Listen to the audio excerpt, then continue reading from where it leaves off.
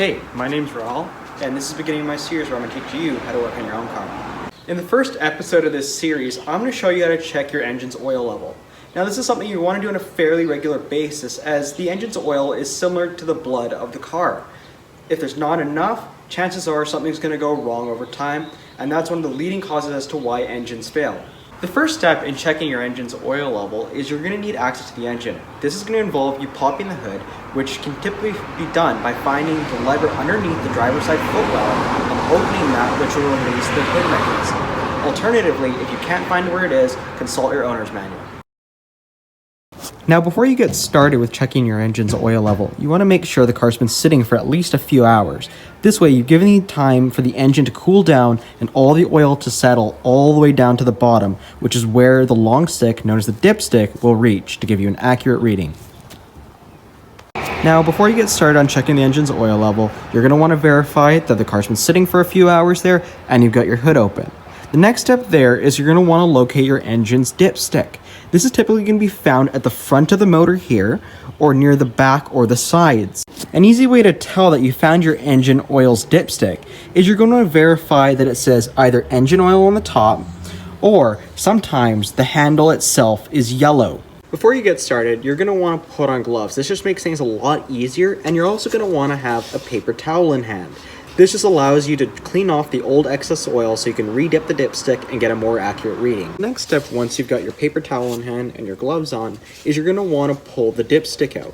You're going to pull it out first, and then you're going to wipe off the oil that's on there, and you're going to dip it back in and pull it out.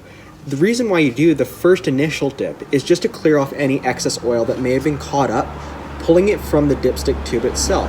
Pulling it a second time gives you a more accurate reading there. Now, if you follow me.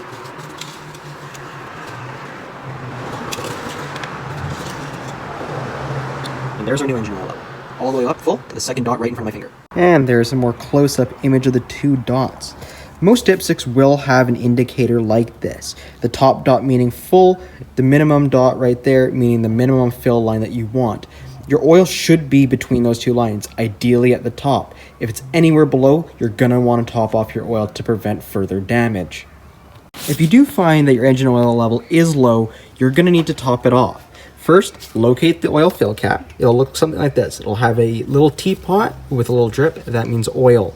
Sometimes it'll be blank, but for the most part, it's going to be on top of the motor there. Once you found your engine oil cap, you're simply just going to go ahead and twist it off there. Now, on your engine oil cap, there's going to be a set of numbers. This just means your oil's viscosity and how thick it is. As long as you get an oil that is the same number as this, it'll be labeled right on the bottle, and you add it to your motor, you will be safe. If you figured out that you do need to add engine oil, you need to just make sure that you only add a little bit at a time until you get to that full marker on the dipstick. This ensures that you don't overfill the motor. If you do overfill the motor, it's not the best thing, and it just allows you to get there more safely. By now, you should be comfortable enough to check your engine's oil level, as well as to top it off with oil if you need.